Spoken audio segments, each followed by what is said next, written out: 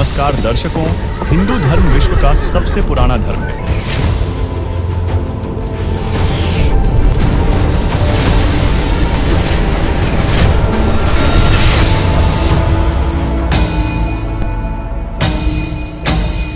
जिसमें 33 करोड़ देवताओं की पूजा की जाती है। हालांकि प्रमुख रूप से ब्रह्मा, विष्णु, महेश और दुर्गा जी की पूजा की जाती है। वहीं विष्णु जी के अवतार श्री कृष्ण जी को मानने वाले भक्तों और कथावाचकों की संख्या भी हिंदू धर्म में कम नहीं है, जो श्री कृष्ण जी को सर्वोच्च परमात्मा मानते हैं। उन्हीं कथावाचकों में से एक हैं कथावाचक श्री अनिरुद्धाचार्य जी, जिनका मानना है कि श्रीमन नारायण ही सबके कर्ता धर्ता, सृष्टि के रचनहार तथा पूर्ण परमात्मा हैं। परंतु अफसोस की बात यह है कि स्वयं अनिरुद्धाचार्य जी के विचारों में विरोधाभास है। तो आप कहेंगे कैसे? तो स्वयं देखिए। अनिरुद्धाचार्य जी भक्त समाज को 5 देवता श्री गणेश जी, सूर्य देव, माता दुर्गा, श्री शंकर जी तथा श्री विष्णु जी की पूजा करने के लिए बता रहे हैं। देखिए, हमारे यहाँ 5 लोगों की पूजा होती है, छठवा कोई नहीं। बोलो गणेश जी, सूर्य भगवान, मां भगवती दुर्गा, चौथे शंकर जी और 5वें भगवान विष्णु, भगवान नारायण। ये पंचदेव हैं। इन 5 की पूजा करनी है, 6वें की नहीं। वही दूसरी वीडियो में अनिरुद्धाचार्य जी अपनी ही बात का खंडन करते हुए कह रहे हैं कि साधक को एक श्री कृष्ण की भक्ति करनी चाहिए। देखिए, जो आदमी एक कृष्ण से प्रेम करता है, एक भगवान से प्रेम करता है, वो सफल है। और जो 17 जगह मन लगाता है, कभी इस देवता के पास, कभी इस देवी के पास, कभी यहाँ कभी वहाँ, वो ना घर का ना घाट का। इसलिए एक में मन लगाओ। हमारा कन्हैया जो करेंगे वही करेंगे। अब हमें कहीं किसी के पास जाने की जरूरत, हम लोग एक में मन नहीं लगा पाते। अब तुम्हारे भगवान ही 17 हैं, हम क्या करें? ये भी भगवान, वो भी भगवान, ये भी भगवान, वो भी भगवान। अज्ञानवश तुमने 17 को भगवान मान रखा। दर्शकों, अनिरुद्धाचार्य जी पहले वीडियो में कहते हैं केवल 5 देवताओं की पूजा करनी है, 6ठे की नहीं। इन 5 की पूजा करनी है, 6वें की नहीं।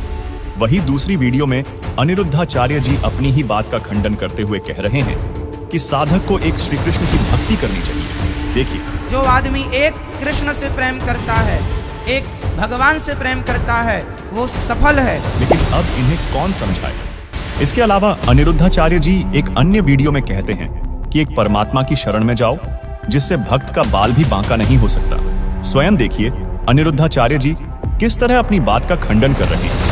जो उस एक परमात्मा की शरण में चला गया, उसका बाल भी बांका नहीं हो सकता। कितना भी जन्म मृत्यु का चक्र चले, भक्त का बाल भी बांका नहीं हो सकता। इसलिए भगवान की एक परमात्मा की शरण में जाओ। दर्शकों, झूठ पर झूठ बोलने वाले कथावाचक अनिरुद्धाचार्य जी की एक वीडियो और दिखाते हैं, ध्यान से देखिएगा। झूठ बोलने से कौन सा पाप लगता है और क्या सजा मिलती है? झूठ बोलना, ये वाणी से जितने पाप होते हैं, इन पापों की सजा है वैतरणी नाम का नरक।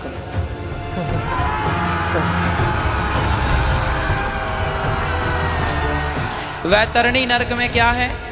जो आपके शरीर में मावाद भर जाती है, फोड़ा होता है ना, उसमें मावाद भर जाती है, मावाद की नदियां होती हैं, उससे वैतरणी के उसमें डुबाया जाता है। तो अनिरुद्धाचार्य जी खुद विचार कर लीजिए, आप झूठ बोलकर किस नरक में जाएंगे?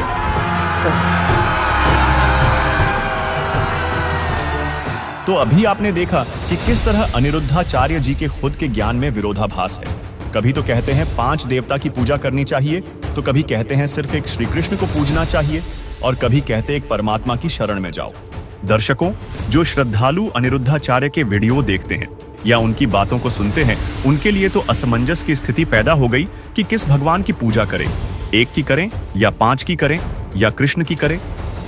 तो दर्शकों, आप कंफ्यूज ना हो, क्योंकि संत रामपाल जी महाराज आज पृथ्वी पर इन्हीं पाखंडियों के जाल को काटने के लिए श्रद्धालुओं को सही भक्ति, सही दिशा देने के लिए मौजूद है। देखिए ये वीडियो। प्रसंग चला है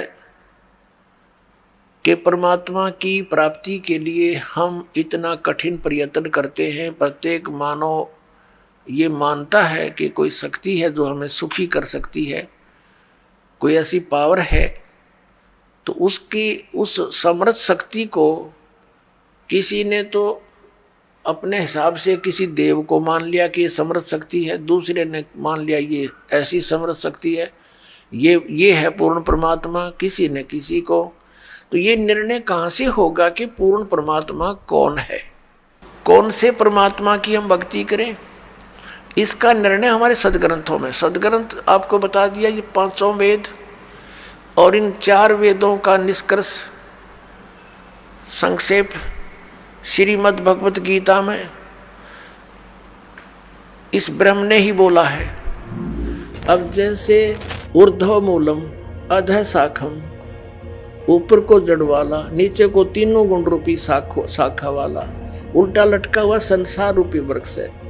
अब इसमें क्या है, ऊपर को जड़ता पूर्ण परमात्मा, नीचे को तीनों गुण रूपी संसार रूपी वृक्ष की शाखा है। तो क्या कोई शाखा को काट देगा बुद्धिमान व्यक्ति? पेड़ की शाखा को कोई काटने की कहेगा कि इसको तो फेंक दो काट के, फिर लटका के करेंगे बाकी का हम? परमात्मा कहा करते कि जैसे कोई हमने भक्ति रूपी पौधा बीजना है और हम नर्सरी से कोई पौधा लाए, कैसे बीजेंगे उसको? गड्ढा खोदेंगे और उस गड्ढे में उसको जड़ों की तरफ से दबाकर मिट्टी में, फिर उस जड़ों की मूल की सिंचाई करेंगे। तो मूल की यानी जड़ की पूजा करेंगे हम, तो वो पौधा पेड़ बनेगा, उसकी टहनियाँ बड़ी बड़ी हो जाएंगी, तीनों गुण रूपी शाखा। तो उन शाखाओं का फल लगेगा, और फल के लिए हम सारा प्रोसेस अपना कर रहे हैं, फल प्राप्ति के लिए हम कर रहे हैं। तो हमने तोड़ने नहीं होते, हमने ऐसे करना है अपनी way of worship according to the spiritual, शास्त्रों के अनुसार करना। देखना, ये समझ लो हम एक पौधा लाए तो ये है बुद्धिमता। जड़ों को गमले में यानी मिट्टी में डाला, दबा दिया और पूजा शुरू कर दी, सिंचाई। ये जड़ कबीर परमात्मा है इस संसार रूपी वृक्ष की। अब ये हमने जड़ों को पूजना है, इन ब्रह्मा विष्णु महेश की पूजा नहीं। हम क्या कर रहे हैं? ऐसे कर रहे हैं। ये बता बालका वाला काम करे क्या हमने? हंसी नहीं आवे। हम ऐसी पूजा कर रहे हैं, उल्टा काम कर लिया हमने। ब्रह्मा विष्णु महेश को हम इष्ट रूप में पूज रहे हैं, गमले में ला दिए ब्रह्मा विष्णु महेश और ये पूजा कर रहे हैं। तो कोई क्या कहेगा? समझदार व्यक्ति ने घर सीधा कर ले इसने, और वो लड़े, हट जा दूर, खबरदार तूने क्या कर दिया। अब देखो जड़ छोड़ दी हमने, अब जड़ ऊपर रहेगी तो पौधा भक्ति रूपी पौधा सूख गया। ये यूजलेस है, ये शास्त्र विधि को त्याग कर शास्त्र विरुद्ध साधना है, ये उल्टा लट बीजा हुआ भक्ति रूपी पौधा। और हमने ऐसे करने को कहा, तो इसमें इसकी पूजा करेंगे भगवान कबीर साहब की, फिर हमारे शास्त्र अनुकूल कर्म बनेंगे। शास्त्र अनुकूल संस्कार होने से ये फल ब्रह्मा विष्णु महेश ने देना हमारे को, क्योंकि यहाँ के ये प्रधान है, इबिन का फल लगेंगे। अब इसका प्रमाण देते हैं। अपने आत्मा परमात्मा ये कहा करते, तुम साधना ठीक करो और फिर अब आपको लाभ होगा पूरा। अब तुम साधना कर रहे हो उनकी जो आपको कुछ दे ही नहीं सकते।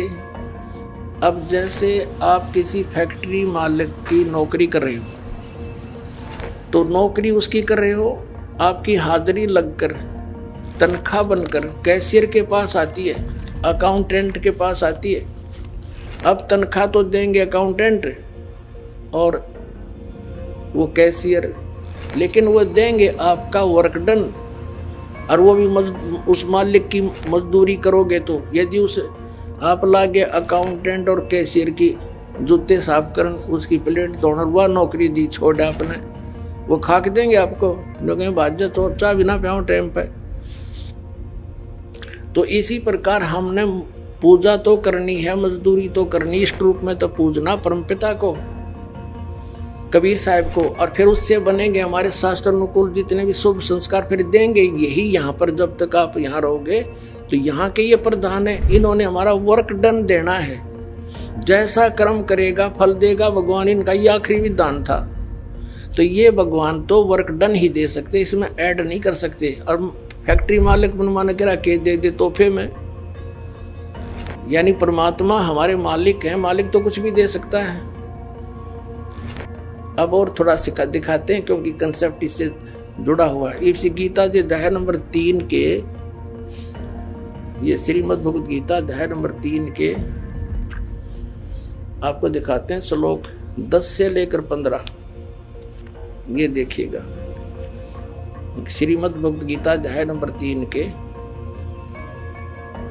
और श्लोक नंबर 10। प्रजापति ब्रह्मा ने कल्प के आदि में यज्ञ सहित प्रजाओं को रचकर कहा था, तुम लोग इस यज्ञ के द्वारा, यज्ञ माने धार्मिक अनुष्ठान, शास्त्र अनुकूल वृद्धि को प्राप्त हो। यह यज्ञ तुम लोगों को इच्छित भोग प्रदान करने वाली हो। 11वें में कहा है, यज्ञ के द्वारा देवताओं को उन्नत करो और वो देवता तुम लोगों को उन्नत करें।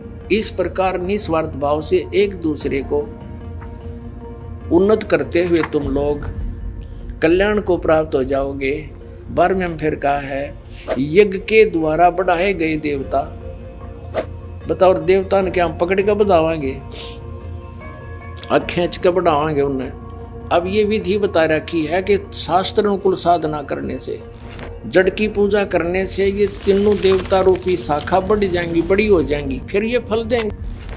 यज्ञ के द्वारा, शास्त्र अनुकूल साधना के द्वारा बढ़ाए हुए देवता, ये तीनों शाखाएं तुम लोगों के बिना मांगे ही इच्छित भोग निश्चय देते रहेंगे। उन देवताओं को दिए हुए भोगों को जो पुरुष उनके बिना दिए स्वयं भोगता है वह चोर है। अब क्या सिद्ध हो गया कि जैसे हम मूल की पूजा करेंगे, मूल की यानी जड़ की पूजा करने से टहनी बड़ी हो जाएंगी, ये देवता बढ़ गए, बड़े होकर ये फलों से लदपद हो जाएंगे, ये टहनी बिना मांगे देंगे अपने आप, क्योंकि हम मूल की पूजा कर रहे हैं तो अपने आप इनके बस की बात नहीं, देने पड़ेंगे फल हमारे को। आगे देखो, और जो फिर कहते हैं धर्म दान नहीं करते तो वो तो चोर हैं, वो फिर स्वयं भोगता है बिना गुण को दिए, यानी बिना कुछ दान किए तो चोर है। 13वें में कहा है, यज्ञ से बचे हुए अन्न को खाने वाले श्रेष्ठ पुरुष सब पापों से मुक्त हो जाते हैं, और जो पापी लोग अपने शरीर पोषण के लिए ये अन्न पकाते हैं वे तो पाप ही खाते हैं। इसका कहने का भाव ये है। और पुण्यात्माओं, यहाँ पर इस सतलोक आश्रम बरवाला जिला हिसार हरियाणा में पूरे विश्व में एक ये स्थान है जहाँ शास्त्र अनुकूल साधना होती है।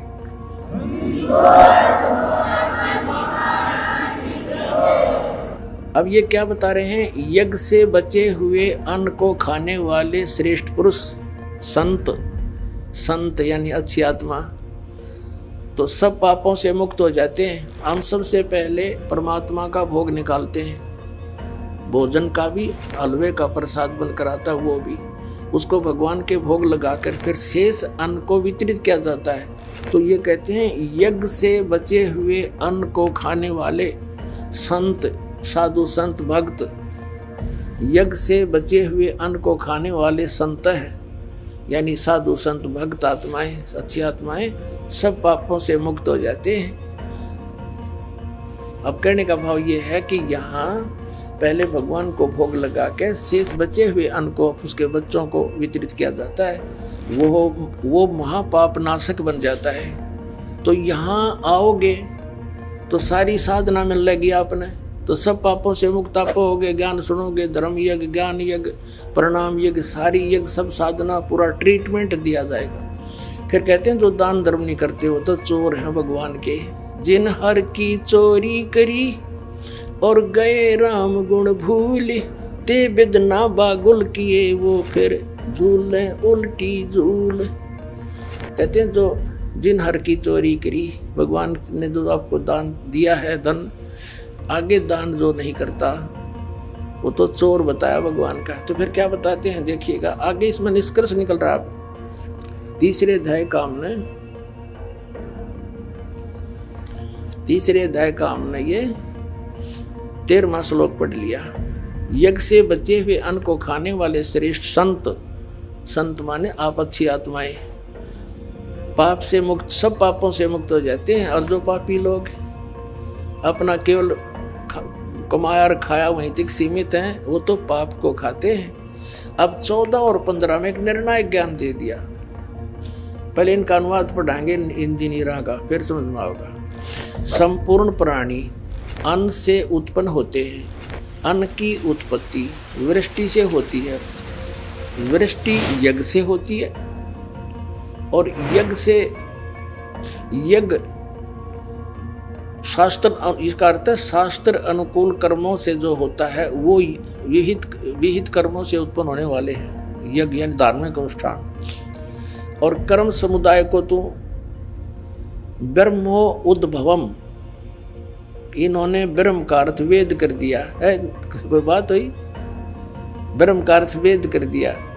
ये लिखना था कि देखो हम यहाँ पर आए इस काल के लोक में, तो हमने कर्म करके ही मिलेगा, ना कति नहीं मिला है। तो कहते हैं ये कर्म लगाए ब्रह्म ने बनाया विधान यहाँ का, और ब्रह्म की उत्पत्ति हुई परम अक्षर ब्रह्म से, उस परमात्मा से, सच्चिदानंद घन ब्रह्म से। इसका अर्थ तो ये है, लेकिन इन अज्ञानियों ने कुछ ज्ञान तो था नहीं, सारे उल्टे अडंगे अड़ा दिए।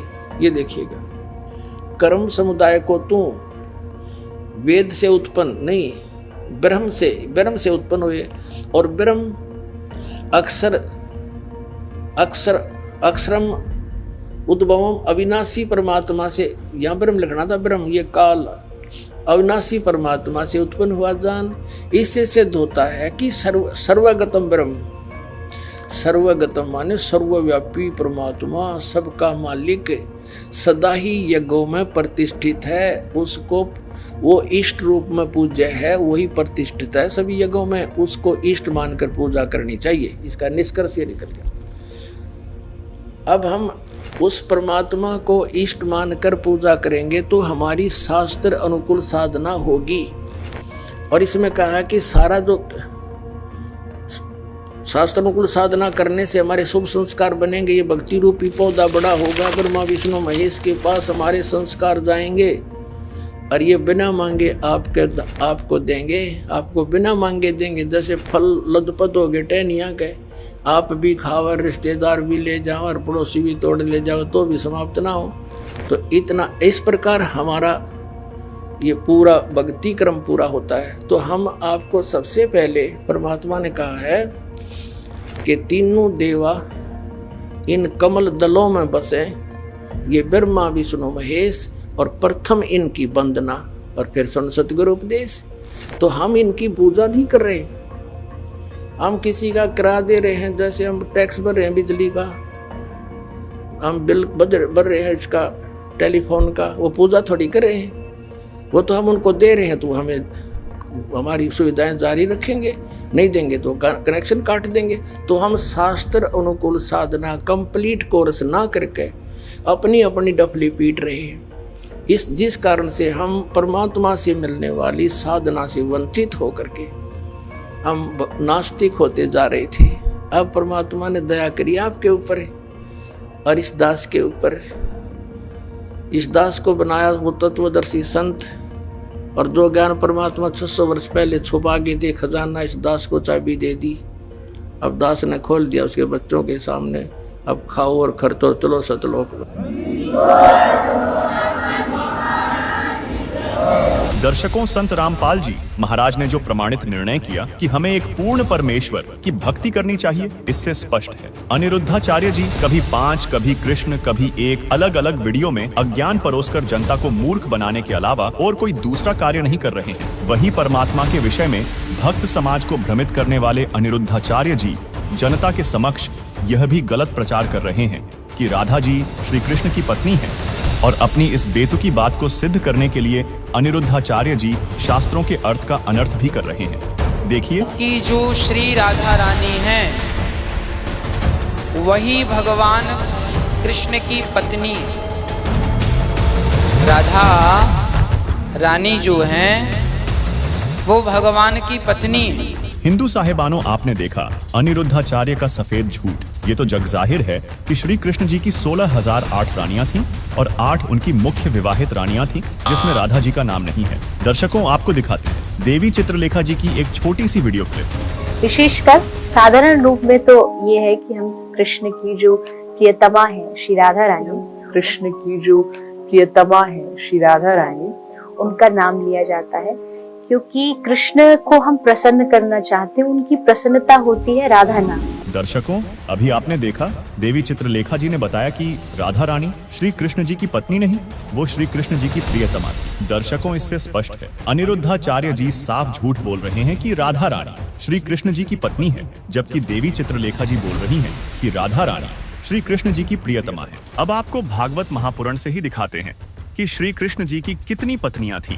श्रीमद् भागवत महापुराण स्कंद 10 अध्याय 83 श्लोक 6 और 7 में द्रौपदी कृष्ण की पत्नियों का नाम लेकर बोलती है कि हे रुक्मिणी भद्रे, हे जाम्बवती, सत्ये, हे सत्यभामे, कालिंदी, शैव्यो, लक्ष्मणे, रोहिणी और अन्यान्य श्री कृष्ण पत्नियों, तुम लोग हमें यह तो बताओ कि स्वयं भगवान श्री कृष्ण ने अपनी माया से लोगों का अनुकरण करते हुए तुम लोगों का किस प्रकार पाणी ग्रहण किया।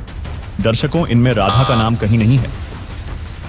अनिरुद्धाचार्य झूठ बोल रहे हैं। दूसरी बात, श्रीमद् भागवत पुराण में टोटली श्री कृष्ण जी की लीला है, जिसे सुधा सागर भी कहते हैं। इसमें कहीं भी राधा का नाम नहीं है और इसकी पत्नी थी या साथ भी इसके कभी रही थी। और तो बात छोड़ो, इसका जिक्र ही नहीं है, तो पत्नी कहां से हो गई। इससे स्पष्ट है अनिरुद्धाचार्य झूठ बोलते हैं। दर्शकों, अब अनिरुद्धाचार्य की एक और झूठ बताते हैं। अनिरुद्धाचार्य दावा करते हैं कि राधा का नाम भागवत पुराण में है। देखिए वीडियो। भागवत जी के अष्टम स्कंद के 10वें अध्याय में लोग कहते हैं भागवत जी में राधा का नाम नहीं है, राधा का नाम नहीं है। ये लोग गलत कहते हैं, जो भी कहता है गलत कहते हैं। लिखा हुआ, मैं आपको श्लोक दिखा रहा हूँ। भागवत जी के 8वें स्कंद के 10वें अध्याय में श्लोक नंबर 40 है, लिखा है उद्यतायुध दौरदंडई राधावंतो भटान मृधे। राधावंतो लिखा, स्पष्ट लिखा गुरुजी। ऐसा है, नाश मत करिए। आधावंत है, आधावंत में दौड़ते हुए, या संधि हो गई है गुरुजी। नहीं नहीं, ये गलत बात है। आप जो है उच्चता उठाई आयुधों को लेकर के आधावंत। गुरुजी गुरुजी गुरुजी गुरुजी गुरुजी, हम तो आपकी दास हैं। मत कीजिए ना। हमारे गुरुजी कहते हैं अयम अनर्था। ना ना गुरुजी, इसका अर्थ तो सुन लीजिए, इसका अर्थ तो सुन लीजिए। आप जब राधा बता रहे हो, सुनिए सुनिए गुरुजी, इसका अर्थ है राधावंतो भटान मृदेश का अर्थ गुरुजी ने बताया हमें। गुरुजी ने, हमारे गुरुजी, कोई गुरुजी नहीं बता सकता। हमारे गुरुजी कहते हैं बिल्कुल नहीं बना सकते, क्योंकि जब आप राधा बनाओगे तो सर्गे कहाँ जाएंगी। गुरुजी उद्यता युधई ही गुरुजी, गुरुजी कहते हैं क्यों नहीं बोलते। गुरु राधा शब्द है। अब चलिए। और दूसरी वीडियो में कह रहे हैं राधा जी का नाम नहीं है। कई लोग बुद्धिजीवी लोग प्रश्न करते हैं कि भागवत में राधा जी का नाम क्यों नहीं है। इसके पीछे एक कारण है। भागवत में सचमुच भागवत में कहीं भी राधा रानी का नाम नहीं है। दर्शकों, अनिरुद्धाचार्य इतना झूठ बोलते हैं कि झूठ भी कहता है कि भाई इतना क्यों बदनाम कर रहा है मुझे। और ऐसे लोगों के लिए संत रामपाल जी महाराज कहते हैं। अब एक किसी ने प्रश्न किया कृष्ण के पुजारी था कि आपका इष्ट देव कौन है। स्वरूप तन्यों का राधे, और फिर ने हो गया श्री कृष्ण जी मेरा इष्ट है। अरे राजदेव होया कृष्ण जी तेरा इष्ट होया, कमाल की बात कर रहे हैं, बिना अकल की बात। अब राधे श्री कृष्ण जी की वो थी प्रेमिका, और कोई मित्र उससे पहले उसकी प्रेमिका का नाम लेता जूत तोड़े न बाजेगा उनका, यारी तोड़े टूट लेगी उनकी। यानी वो कृष्ण जी की पूजा कर राजदेव श्रद्धा कर रहे। थरा गजब हो, ये थरा सिर पैर है कोई। दर्शकों, एक छोटी सी वीडियो क्लिप और दिखाते हैं, ध्यान से देखिएगा। यदि झूठ की इमारत आपने बना रखी है तो झूठ की इमारत बहुत जल्दी धराशायी हो जाती है, क्योंकि वह मजबूत नहीं होती। इसलिए अब समझे अनिरुद्धाचार्य जी, आपकी अज्ञानता की दीवार जल्द ही धाराशाही होने वाली है, क्योंकि झूठ ज्यादा समय तक नहीं चलती। ऐसे लोगों के लिए गीता जी में क्या कहा है, सुनिए संत रामपाल जी महाराज जी से।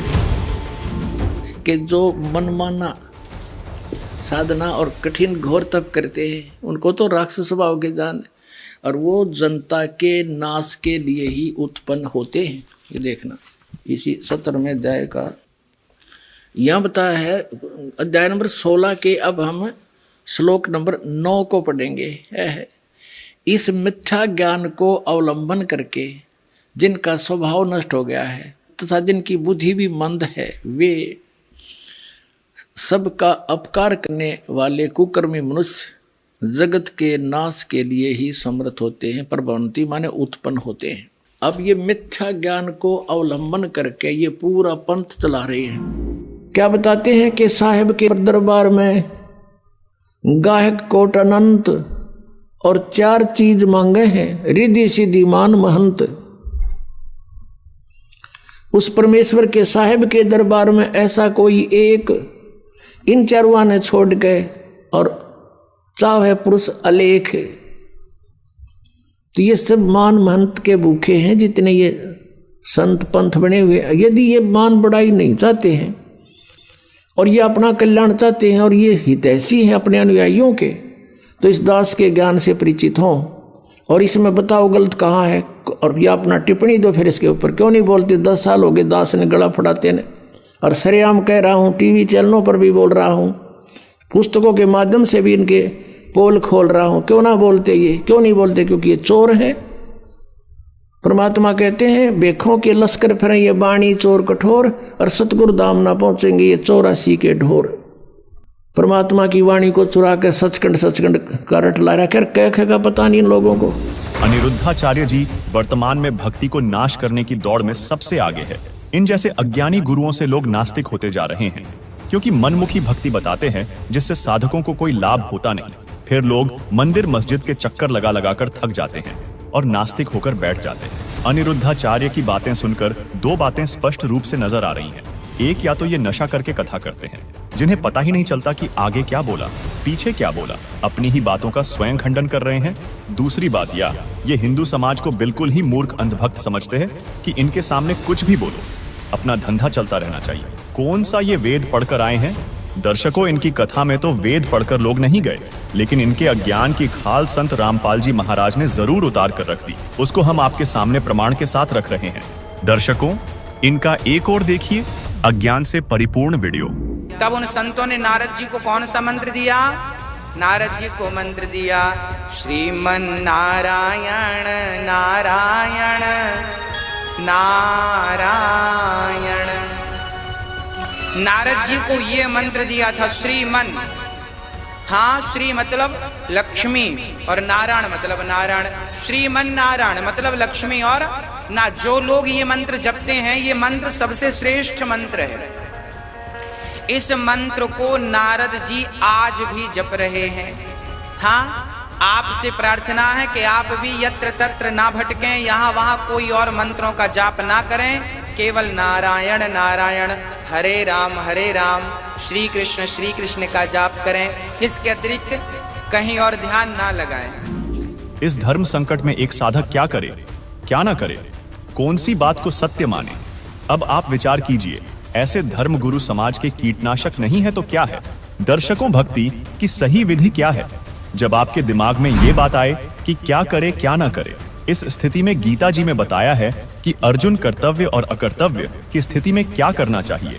इसके लिए शास्त्र ही प्रमाण है। आइए जानते हैं इस विषय में संत रामपाल जी महाराज जी क्या बताते हैं। श्रीमद् भगवत गीता के अंदर यथार्थ ज्ञान और यथार्थ भक्ति विधि, और गीता अध्याय नंबर 16 के श्लोक नंबर 23 में कहा कि शास्त्र विधि को त्याग कर जो मनमाना आचरण करते हैं, ये देखिएगा गीता अध्याय नंबर 16 के श्लोक नंबर 23 में दिखाते हैं आपको, 23 और 24 में।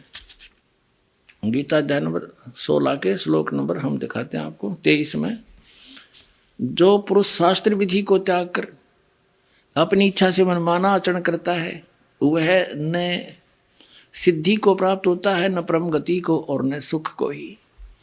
अब 24 में बताया कि इससे तेरे लिए, सुन में जाएगा 24 मतलब, इससे तेरे लिए कर्तव्य की व्यवस्था में कौन से कर्म करने चाहिए भक्ति के, कौन से ना करने चाहिए, शास्त्र ही प्रमाण है।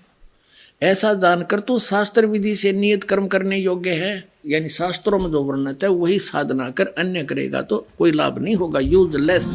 दर्शकों, संत रामपाल जी महाराज जी ने सिद्ध कर दिया कि गीता जी अनुसार हमें क्या करना चाहिए, और अनिरुद्धाचार्य शास्त्रों के विपरीत श्रीमन नारायण नारायण का रटना लगा रहा है। श्रीमन नारायण नारायण नारायण। अनिरुद्धाचार्य जी, क्या है कहीं वेद और गीता में इसका प्रमाण, जिस मंत्र को देकर आप लोगों के जीवन का नाश कर रहे हैं? दर्शकों, अब आपको दिखाते हैं कि हमारे शास्त्रों में किन मंत्रों का जाप करने के लिए बताया गया है। देखिए विस्तार से। आदि सनातनी पूजा के 3 चरण होते हैं। प्रथम चरण की साधना में इन पंचदेव की साधना के मंत्र होते हैं। उसके बाद दूसरे चरण की साधना, जो कि सनातनी पूजा भी कहलाती है, इसके मंत्र होते हैं ओम तत्। यहाँ तत् सांकेतिक मंत्र है। उसके बाद तीसरे चरण की साधना आदि सनातनी पूजा कहलाती है। इसके मंत्र होते हैं ओम तत्सत। यहाँ तत् और सत सांकेतिक हैं। भक्ति साधना के इन 3 चरणों को आप इस प्रकार समझें, जैसे प्रथम चरण की साधना, जो कि पंचदेव पूजा है, उसको आप प्राथमिक शिक्षा जाने, अर्थात 5वीं कक्षा तक की पढ़ाई जाने, जिसके पढ़ने से आपको आपके जीवन में केवल आंशिक लाभ प्राप्त होते हैं। लेकिन प्रथम चरण की ये साधना भक्ति मार्ग में बेहद महत्वपूर्ण है। जिस प्रकार 5वीं कक्षा तक की पढ़ाई पूरी किए बिना 10वीं 12वीं तक की पढ़ाई नहीं की जा सकती, इसी प्रकार प्रथम चरण की ये पंचदेव साधना किए बिना दूसरे व तीसरे चरण की साधना नहीं की जा सकती। दूसरे चरण की साधना, जो कि सनातनी पूजा है, ये गीता अध्याय 15 के श्लोक 16 में बताए क्षर और अक्षर पुरुष की पूजा है। इसको आप उच्च शिक्षा, अर्थात इसको आप 10वीं तक की कक्षा की पढ़ाई जाने, जो आपको प्राथमिक शिक्षा से कुछ ज्यादा लाभ देती है।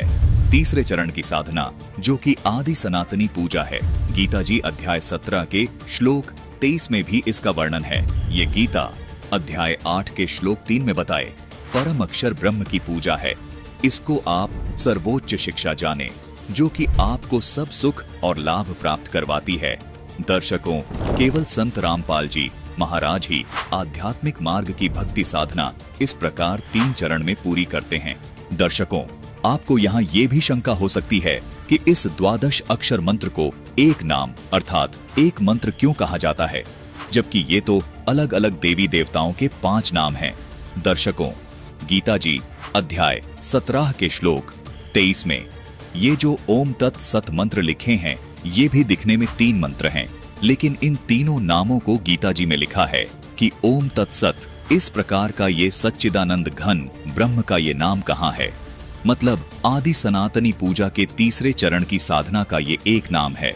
ये 3 नाम मिलकर एक नाम कहलाता है, जिसको संत रामपाल जी महाराज के शिष्य तीसरा नाम अर्थात सार नाम कहते हैं। इसी प्रकार प्रथम चरण की साधना में मिलने वाला 12 अक्षर मंत्र ओम, किलिम, हरिम, श्रीम और सोहम मिलकर एक नाम अर्थात प्रथम नाम कहलाता है। संत रामपाल जी महाराज वे उनके शिष्य हमेशा इन 12 अक्षर को प्रथम नाम ही पुकारते हैं। इसी प्रकार दूसरे चरण की साधना का ये ओम तथा तत् मंत्र एक ही नाम अर्थात दूसरा नाम अर्थात सतनाम कहलाता है। संत रामपाल जी महाराज के अनुयायी इन दोनों मंत्रों को प्राप्त करने के बाद कहते हैं कि हमें दूसरा नाम अर्थात सतनाम मिल गया है। अर्थात यहाँ 2 नाम मंत्र होने के बाद भी ये केवल एक नाम ही कहलाता है, जिसको सतनाम कहते हैं। इसी प्रकार तीसरे चरण की साधना का ये ओम तत् सत मंत्र मिलकर भी एक ही नाम कहलाता है, जिसे संत रामपाल जी महाराज के अनुयायी सार नाम कहते हैं अर्थात तीसरा नाम कहते हैं। इसलिए यहाँ दर्शकों को कोई शंका नहीं होनी चाहिए कि इन 12 अक्षर मंत्र को एक नाम क्यों कहा है। दर्शकों, ये 12 अक्षर मंत्र मिलकर एक ही नाम कहलाता है। संत रामपाल जी महाराज इस प्रकार अपने शिष्यों को सनातनी पूजा के तीनों चरण की साधना का प्रथम नाम, दूसरा नाम और तीसरा नाम देते हैं। संत रामपाल जी महाराज पंचदेव पूजा और सनातनी पूजा के ये मंत्र सन 1994 से और आदि सनातनी पूजा के ये मंत्र 1997 से अपने सभी शिष्यों को दे रहे हैं। दर्शकों, अभी आपने संत रामपाल जी महाराज द्वारा दिए तत्व ज्ञान से सच जाना कि हमें किन मंत्रों का जाप करना चाहिए। इससे सिद्ध होता है कि अनिरुद्धाचार्य द्वारा दिए जा रहे मंत्र शास्त्र विरुद्ध हैं। दर्शकों, अभी रुकिए, अनिरुद्धाचार्य जी की अज्ञानता अभी खत्म नहीं हुई। जिनके पांव लक्ष्मी जी दबाएं। अब और सरल परिभाषा सुनो भगवान की। कोई आपसे पूछे कि भगवान किसे कहते हैं, तो जिनके चरण लक्ष्मी जी दबाएं उन्हें आप भगवान कहिए। एक लाइन में व्याख्या हो गई, जिनके पांव लक्ष्मी जी दबाएं वो कौन? अब इतना समझ लो। अब बताओ, लक्ष्मी जी पांव दबा रही हैं किसके? भगवान श्रीमन नारायण के चरण लक्ष्मी जी दबा रही हैं। वही लक्ष्मी जी त्रेता में सीता बनी और वही नारायण त्रेता में राम बने, सीताराम। वही राधा बनी लक्ष्मी और वही कृष्ण बने नारायण। तो ये 24 अवतार के अंतर्गत। दर्शकों, सुना आपने अनिरुद्धाचार्य जी का अज्ञान। जनता के सामने सफेद झूठ बोल रहे हैं कि लक्ष्मी जी राधा बनी। फिर देखिए, वही लक्ष्मी जी त्रेता में सीता बनी और वही नारायण त्रेता में राम बने, सीताराम। वही राधा बनी लक्ष्मी और वही कृष्ण बने नारायण। जैसे ही अनिरुद्धाचार्य ने यह झूठ बोला, वैसे ही उनकी कथा में उपस्थित माताएं बहनें हंसने लगती है और इस बात को स्वीकार नहीं करती हैं। अब आप खुद सोचिए, ऐसे फर्जी कथावाचक क्या ही जनता का कल्याण करेंगे, जबकि बच्चा बच्चा जानता है कि त्रेता युग में लक्ष्मी जी सीता रूप में आई थी और द्वापर युग में लक्ष्मी जी रुक्मणी जी थी। अब हमारे हिंदू सनातन संस्कृति में जिसे जो मन आ रहा है वो भगवान अपने अपने लॉन्च किए जा रहा है। कोई कबीरदास जी कोई भगवान मान के कबीर पंथ पूजा करने लग गए, जबकि कबीरदास जी खुद कह रहे हैं कि कबीरा सब जग निर्धना, धनवंता नहीं कोय, धनवंता सोई जानिए जेखे राम नाम धन होए। कबीरदास जी रामानंदाचार्य जी के शिष्य हैं। कबीरदास जी खुद राम के पुजारी हैं।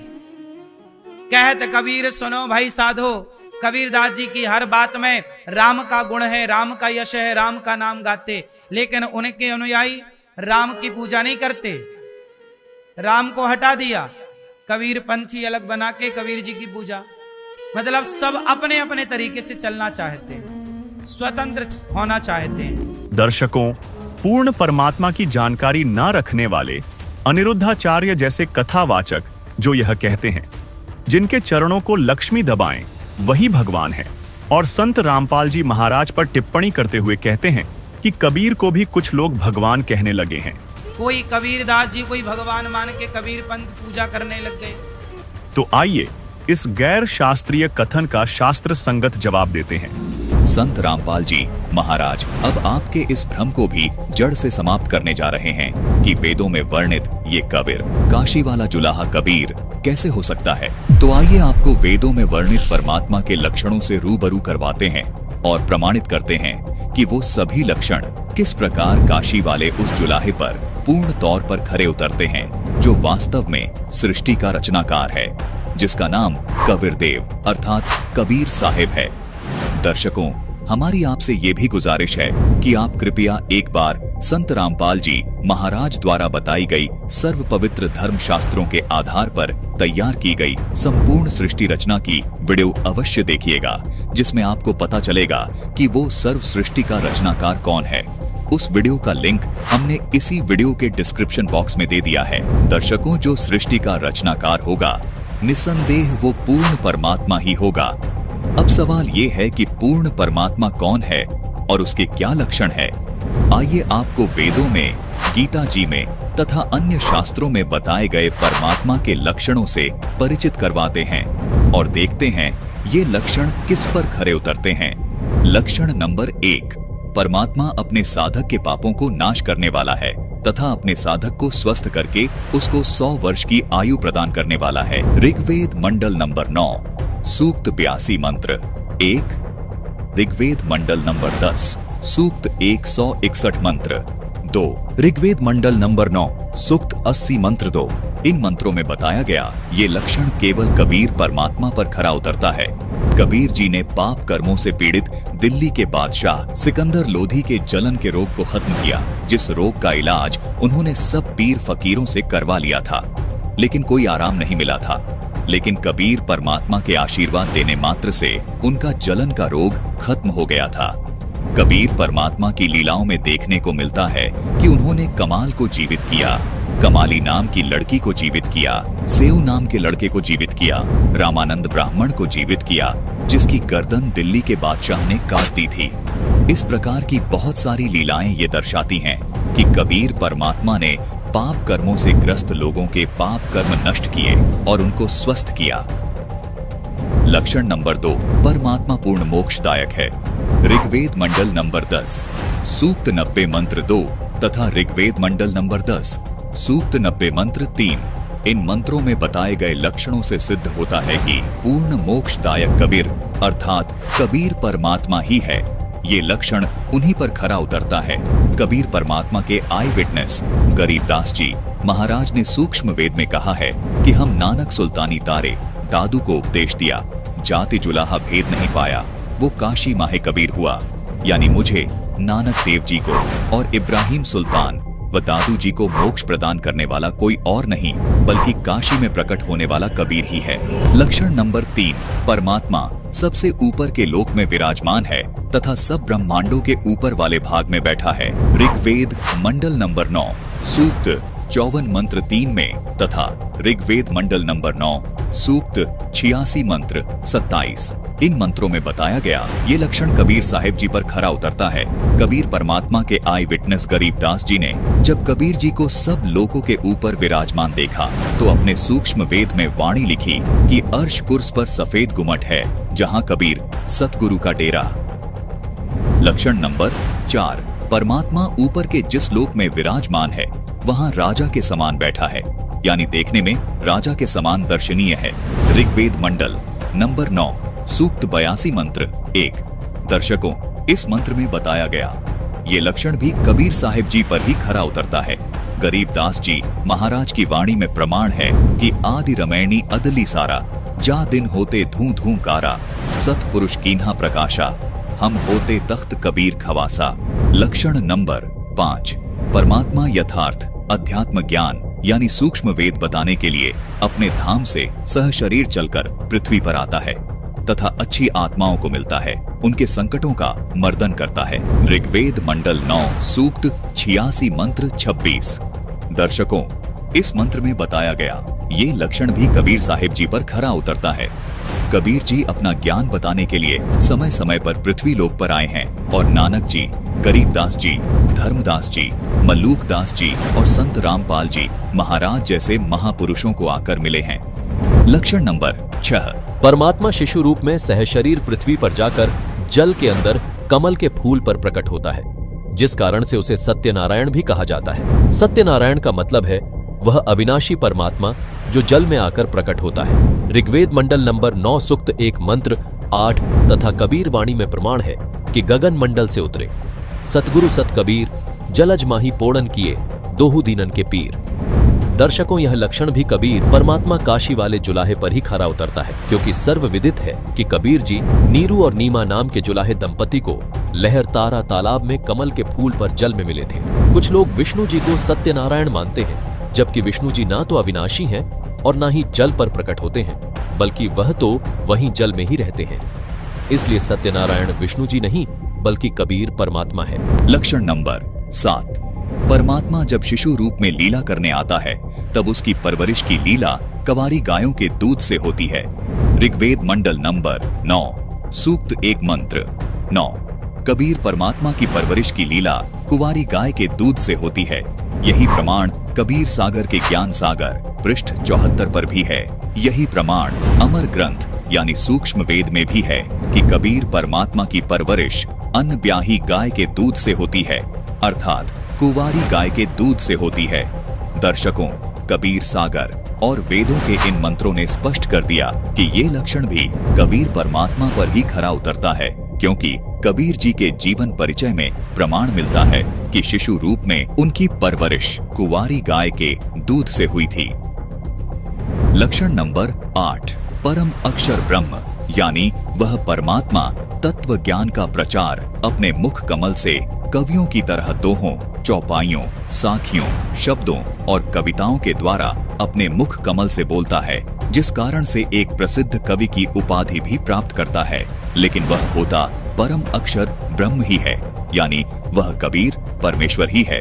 प्रमाण ऋग्वेद मंडल नंबर 9 सूक्त 96 मंत्र 16, 17, 18 इन मंत्रों में बताया गया ये लक्षण भी कबीर परमात्मा पर खरा उतरता है, क्योंकि इसी कबीर काशी वाले जुलाहे ने कवियों की तरह आचरण करते हुए अपने ज्ञान को कविताओं, दोहों और साखियों के माध्यम से अपने मुख कमल से बताया था, जिस कारण लोग उन्हें आज भी एक प्रसिद्ध कवि मानते हैं।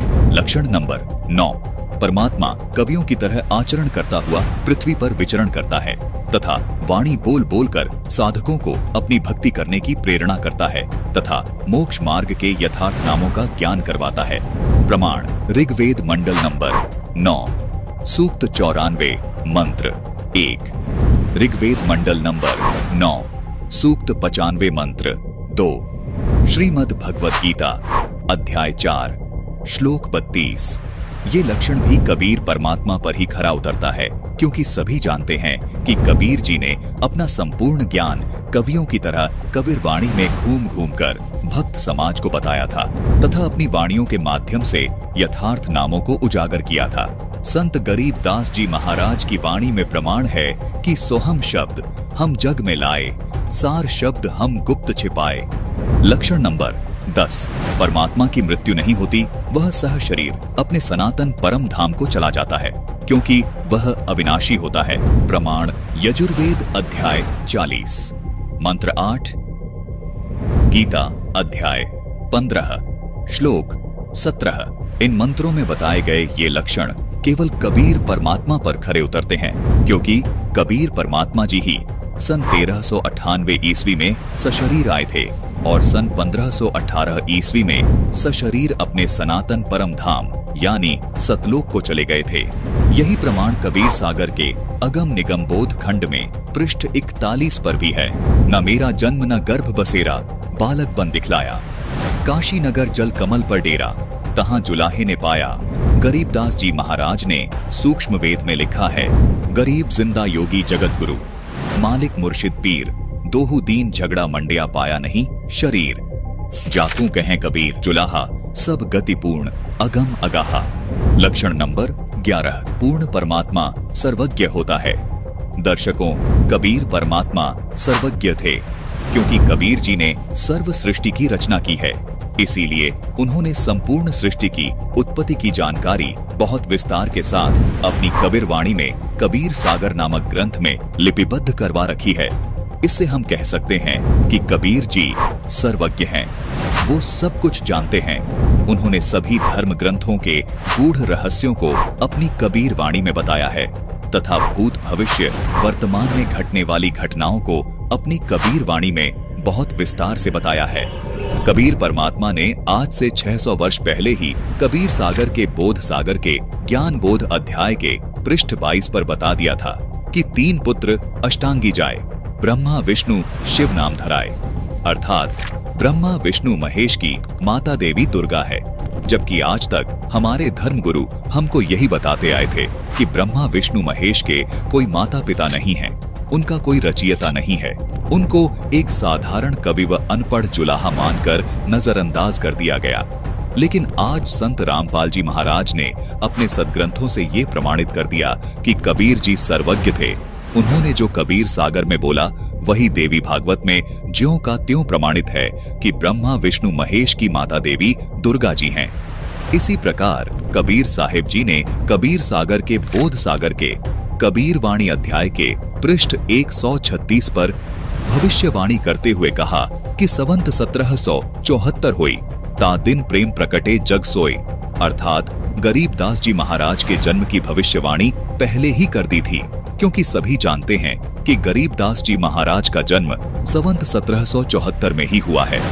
क्योंकि कबीर सागर के बोध सागर के कबीर चरित्र अध्याय के पृष्ठ 1870 पर अपने नाम से चलने वाले 12 पंथों के बारे में भी पहले ही बता दिया था, जिसमें बताया गया है कि उनमें एक पंथ गरीबदास जी महाराज का भी होगा। और ये बात सभी जानते हैं कि कबीर साहिब जी के नाम से गरीबदास जी महाराज का पंथ चल रहा है। इससे सिद्ध होता है कि कबीर साहिब जी भूत और भविष्य की भी जानने वाले थे। इसी प्रकार परमात्मा के लक्षण में आता है कि वो अंतर्यामी होता है। कबीर साहिब जी अंतर्यामी थे, क्योंकि उन्होंने स्वामी रामानंद जी के मन की बात को जानकर उनका भ्रम खंडन किया था।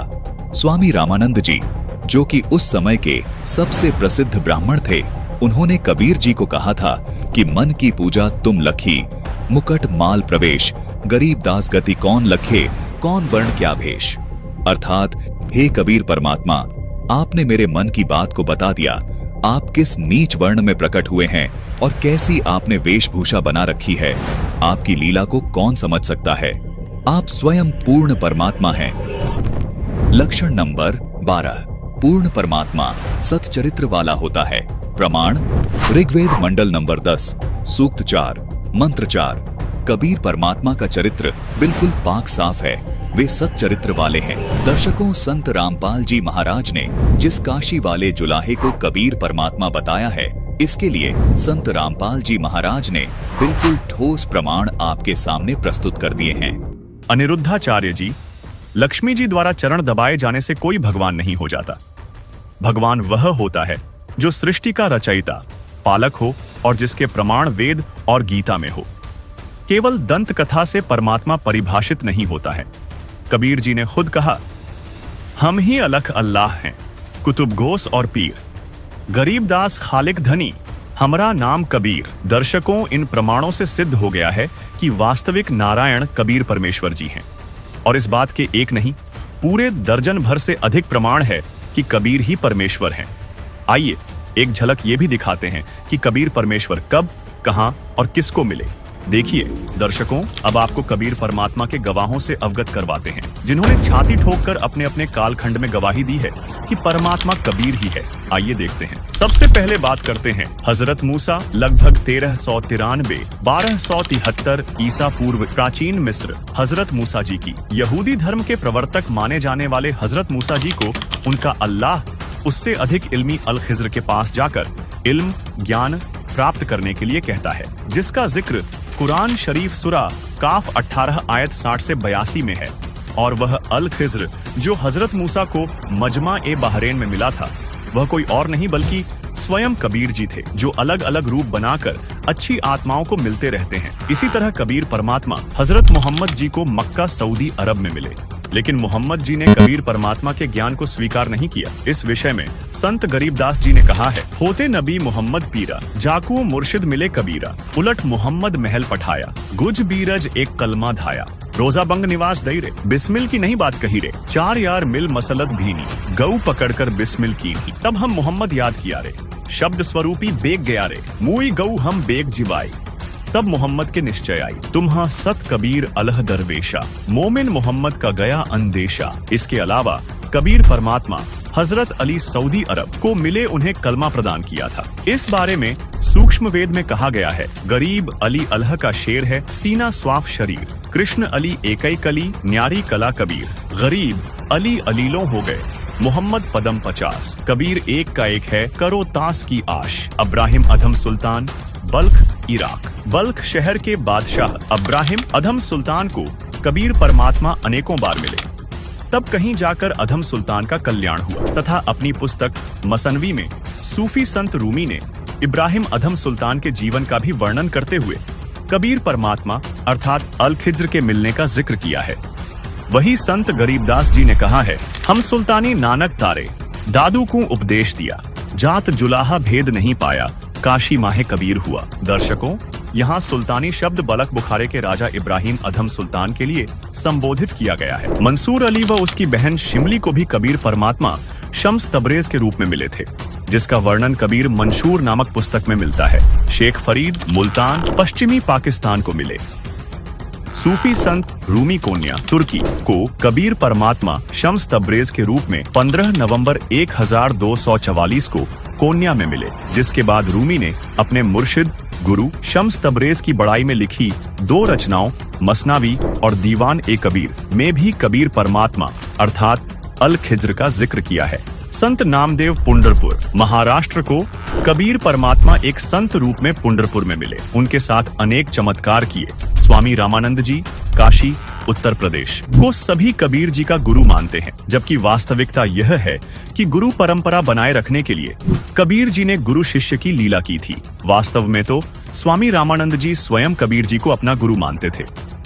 रामानंद जी ने परमेश्वर कबीर जी के विषय में कहा है, बोलत रामानंद जी सुन कबीर करतार, गरीबदास सब रूप में तुम ही बोलनहार, तुम साहिब तुम संत हो, तुम सदगुरु तुम हंस, गरीबदास तुम रूप बिन और न दूजा अंश, दोहू ठौर है एक तू, भया एक से दोए, गरीबदास हम कारणे उतरे हो मगजोय, तैमूर लंग उज्बेकिस्तान, रोटी तैमूर लंग कू दीन ही, ताते सात पादशाही लीन ही, गरीब तैमूर लंग को तालिब मिले, एक रोटी की चाह है, जिंदा रूप कबीर धरही, सुनी तैमूर लंग की माए, गरीब तैमूर लंग हुमियों रहे, मन में कुछ न चाह, मौज मेहर मौला करी, दीनिया तख्त बैठाए, गरीब हिंद जिंद सभी दी, सेतबंद लगसीर, गड़गजनी ताबे करी, जिंदा इसम कबीर, गरीब सात सहीसल नीकली, पीछे डिगमग खयाल, तैमूर लंग और औरंगजेब लंग इन पर नजर निहाल। संत रविदास काशी उत्तर प्रदेश और कबीर जी समकालीन थे। पहले रविदास जी ने रामानंद जी को गुरु बनाया था, लेकिन कबीर परमात्मा की समर्थता से परिचित होकर उन्होंने कबीर जी को अपना गुरु स्वीकार किया था। गरीब अनभय कठी रैदास को मिल गए पीर कबीर, मगर बीच झगड़ा मंडिया पाया नहीं शरीर। धर्मदास जी मध्य प्रदेश। आज मोहे दर्शन दियो जी कबीर, सत्यलोक से चलकर आए काटन जम की जंजीर, थारे दर्शन से म्हारे पाप कटत हैं, कल होवे जी शरीर, अमृत भोजन म्हारे सतगुरु जी मई, शब्द दूध की खीर, हिंदू के तुम देव कहाए, मुसलमान के पीर, दोनों दीन का झगड़ा छिड़ गया, टोहे ना पाए शरीर। धर्मदास की अर्ज गोसाई, बेड़ा लंघाइयो परले तीर। संत जम्भेश्वर जी पीपासर नागौर राजस्थान। कबीर परमेश्वर सतगुरु रूप में विश्नोई पंथ के संस्थापक संत जम्भेश्वर जी को समराथल राजस्थान में मिले थे। उन्होंने कहा है, जहाँ जहाँ पवन आसन पाणी आसन चंद आसन सूर आसन गुरु आसन समराथले। गुरु नानक देव जी तलवंडी वर्तमान ननकाना साहिब पश्चिमी पाकिस्तान। सिख धर्म की पवित्र पुस्तक भाई बाले वाली जन्म साखी के पृष्ठ 198 पर एक काजी रूकनदीन सूरा के प्रश्न का उत्तर देते हुए श्री नानक देव जी ने कहा है, खालक आदम सिरजिया आलम बड़ा कबीर, कायम दायम कुदरती सिर पीरां दे पीर, सैयदे करे खुदाई नू आलम बड़ा कबीर। दादू दयाल जी कबीर परमात्मा। दादू जी को सन 1551 में आमेर राजस्थान में मिले, जिन मोकू निज नाम दिया सोई सतगुरु हमार। दादू दूसरा कोई नहीं, कबीर सृजनहार। मलूक दास जी इलाहाबाद उत्तर प्रदेश। जपोरे मन परमेश्वर नाम कबीर, एक समय गुरु बंसी बजाई कालंदरी के तीर, सुरनर मुनि थक गए रूक गया दरिया नीर। काशी तज गुरु मगहर आए दोनों दीन के पीर, कोई गाड़े कोई अग्नि जरावे ढूंढा न पाया शरीर। चार दाग से सतगुरु न्यारा अजरो अमर शरीर, दास मलूक सलूक कहते हैं खोजो खसम कबीर। संत गरीबदास जी गांव छुड़ानी जिला झज्जर हरियाणा। कबीर परमेश्वर संत गरीबदास जी को सन 1727 में मिले। उन्होंने कहा है, अनंत कोटि ब्रह्मांड का एक रति नहीं भार, सतगुरु पुरुष कबीर हैं कुल के सृजनहार। गरीब परमेश्वर एक कबीर है दूजा नहीं आधार, दास गरीब सकल सृष्टि का यों ही सृजनहार। गरीब मात पिता जाके नहीं नहीं जन्म प्रमाण, यौह पूर्ण ब्रह्म कबीर है करता हंस अमान। गरीब जिसको कहते कबीर जुलाहा, सब गति पूर्ण अगम अगाहा। संत घीसादास जी गांव खेखड़ा जिला मेरठ वर्तमान जिला बागपत उत्तर प्रदेश। संत घीसादास जी को कबीर परमात्मा सन 1813 में मिले तथा आज से 28 वर्ष पूर्व संत रामपाल जी महाराज गांव धनाना धाम सोनीपत हरियाणा को परमेश्वर कबीर साहेब जी संवत 2054 फाल्गुन मास शुक्ल पक्ष एकम मार्च 1997 को दिन के 10 बजे मिले थे। दर्शकों, अब आप सोच रहे होंगे कि कबीर जी तो काशी में सन 1398 से सन 1518 तक रहे, तो वे इस पहले या बाद में कैसे आए होंगे? तो दर्शकों, आपको बता दें, जिस परमात्मा के विषय में आपने अभी धर्म ग्रंथों व परमात्मा प्राप्त संतों की अमरवाणी में प्रमाण देखे, वही पूर्ण परमात्मा कबीर जी हैं, जिनके विषय में ऋग्वेद मंडल 9 सूक्त 82 मंत्र 2 में लिखा है कि वह कबीर परमात्मा अपने निज लोक से तत्व ज्ञान का उपदेश करने की इच्छा से बिजली की गति से चलकर आता है और दृढ़ भक्तों को मिलता है। तथा कबीर परमात्मा ने स्वयं कहा है, चारों युग में मेरे संत पुकारे, कूक कहा हम हेल रे, हीरे माणिक मोती बरसें, यह जग चुकता ढेल रे। गरीब खुरासान काबुल किला बगदाद बनारस एक, बलख और बिलायत लग हम ही धारें भेष।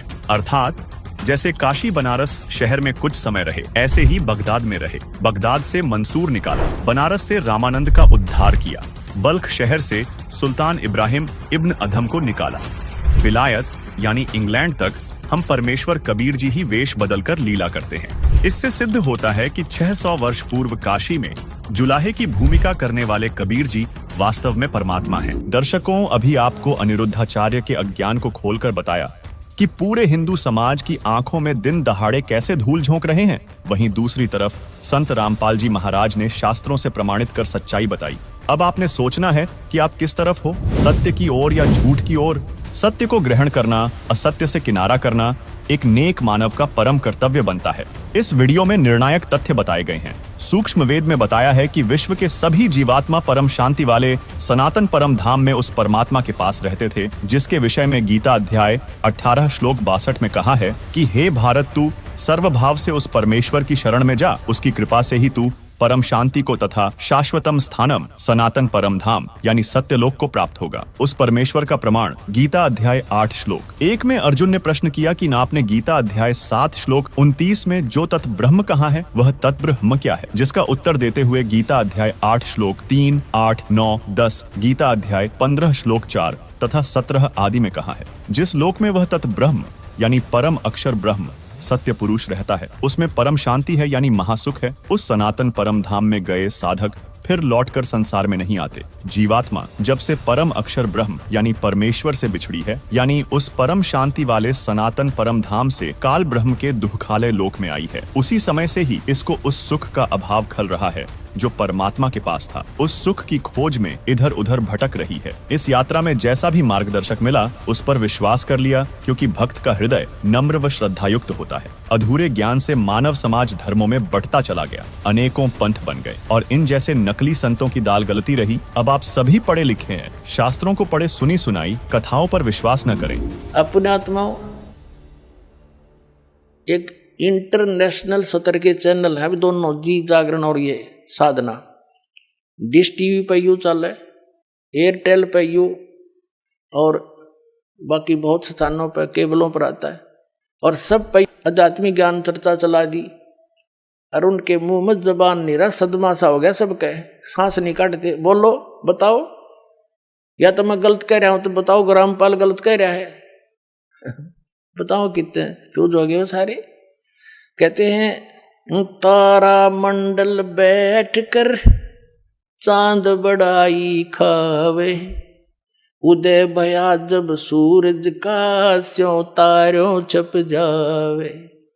और ज्ञान सब ज्ञानड़ी, कबीर ज्ञान सो ज्ञाने, जैसे गोला तोब का अब करता चले मैदाने। अब ये सब मैदान छोड़कर भाग गए जितने संत हैं, बोलते क्यों ना, जवाब दो। तो इससे बुद्धिमान समाज समझ जाएगा कुछ दिन में कि कखन इनके पास, और बुद्धिमता इन महापुरुषों की ये होगी। ये स्वयं कह दें भाई, कोई बात ना।